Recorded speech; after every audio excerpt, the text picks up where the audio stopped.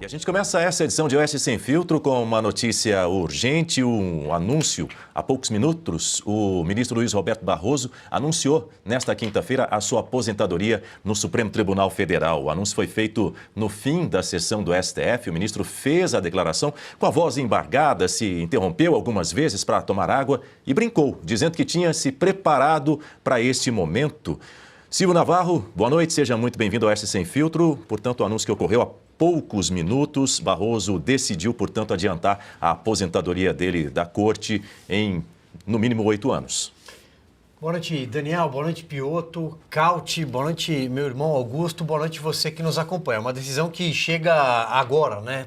Estamos ao vivo e é uma decisão que chega de última hora. Olha, Daniel, eu aqui rapidamente fui tentar relembrar um pouco da trajetória de Luiz Roberto Barroso, para além do que falamos aqui. Ele chega à corte em 25 de maio de 2013, assume a cadeira de Carlos Aires Brito, um importante ministro, especialmente ao longo da votação da ação penal 470, ação penal do Mensalão, que tem início em agosto de 2012. Barroso foi talvez eu estou usando o verbo já no pretérito, porque ele anunciou que sairá da corte.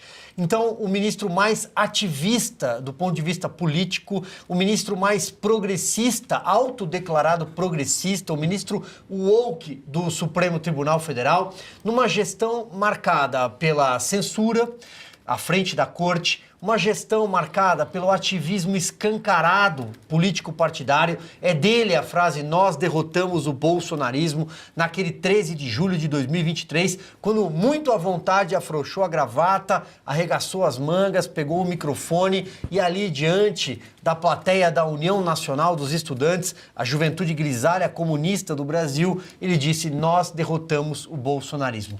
Ele nunca explicou o emprego desse pronome, talvez porque ele se sentia parte daqueles que tiveram lado numa eleição onde um juiz jamais poderia ter lado, uma eleição maculada. Ele também deixa como marca o ministro do colunismo social, porque Luiz Roberto Barroso é um campeão em entrevistas, alguém que nunca conseguiu ver um microfone e se sentir constrangido em falar ou cantar. Foi isso que ele fez. Fez muitas festas, promoveu muitos encontros e convescotes.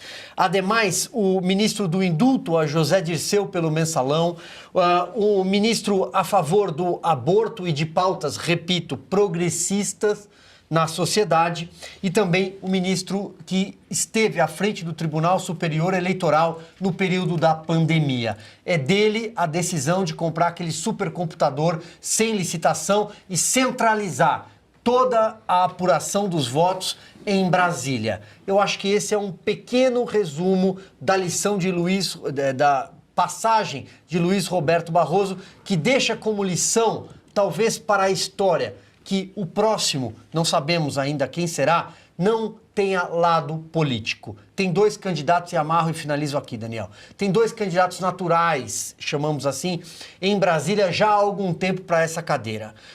Rodrigo Pacheco, ex-presidente do Senado, é o nome de Gilmar Mendes. Isso foi defendido abertamente pelo decano da corte. E o nome do PT, dentro do PT, é de Jorge Messias, advogado-geral da União, mais sanguíneo e talvez que represente uma franja muito mais virulenta.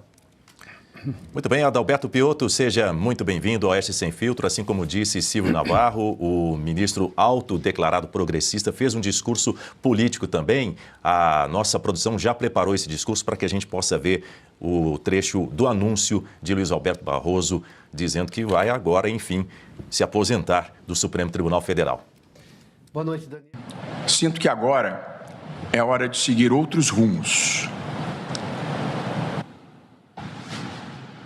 Nem sequer os tenho bem definidos, mas não tenho qualquer apego ao poder. Pois é, agora sim, Adalberto Piotto, está aí um trecho da fala do ministro Luiz Roberto Barroso. Ele diz também que acredita no país, que vai continuar trabalhando fora do tribunal. Um discurso num tom político também. Boa noite, Dani. Boa noite, Augusto, Silvio, Cauti, a todos que nos acompanham.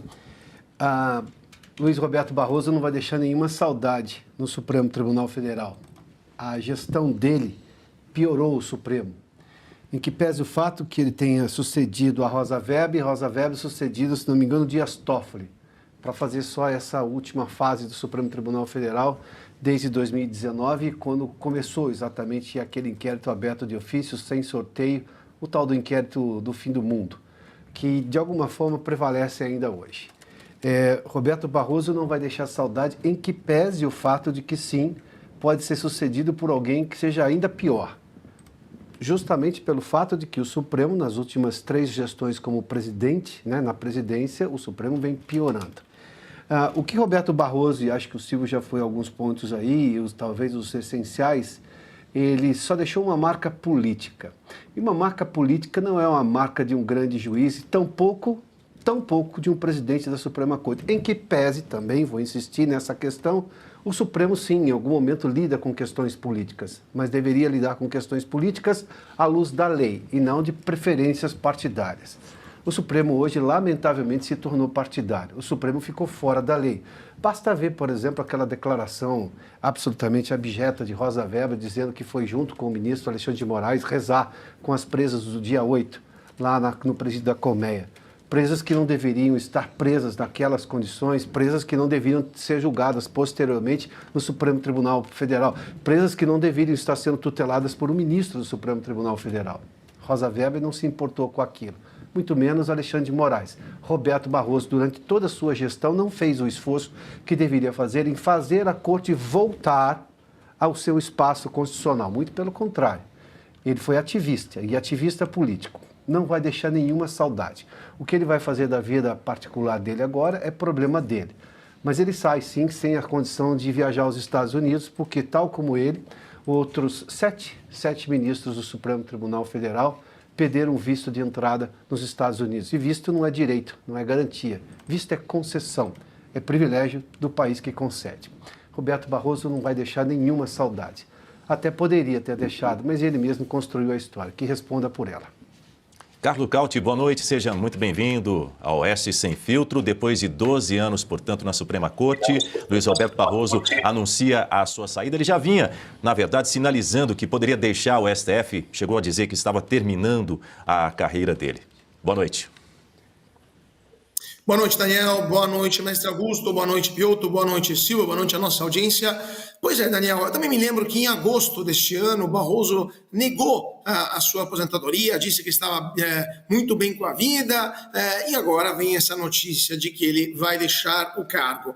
Coincidentemente, poucos dias após a condenação do ex-presidente Jair Bolsonaro e de outros réus no processo contra o golpe de Estado que nunca ocorreu e que ele deixou acontecer na primeira turma do Supremo Tribunal Federal sem sequer levantar uma objeção. Ele, como presidente do Supremo, a objeção dessa, com certeza, teria mudado a situação mais legal a um processo que vai ficar para a história como uma farsa, né? Então, Barroso sai do Supremo Tribunal Federal após a condenação de Bolsonaro, deixa o Supremo Tribunal Federal e, me junto ao Piotr também, ele não vai deixar nenhuma saudade. Não sentiremos saudades das frases de Barroso que beiravam o grotesco, como quando dizia que não existe ativismo judicial no Brasil, que o Supremo Tribunal Federal é absolutamente imparcial, né? Eu me lembro, eu estava presente durante o discurso de Barroso, durante o Fórum Esfera Brasil, neste ano, e ele disse que não tinha nenhum problema em frequentar empresários que tinham processos em andamento no próprio Supremo Tribunal Federal, mesmo os empresários que contratavam esposas, escritórios de esposas de ministros do Supremo para representá-los perante o Supremo. Então, assim, foi uma das piores gestões do Supremo Tribunal Federal da história da República Brasileira, e isso vai deixar uma marca profunda na institucionalidade de um país que precisaria ser pacificado, iniciando pelo seu judiciário, um judiciário que decidiu tomar o rumo da política mais ativista e menos racional, e depois se surpreende porque a popularidade dos ministros do Supremo está nas mínimas históricas.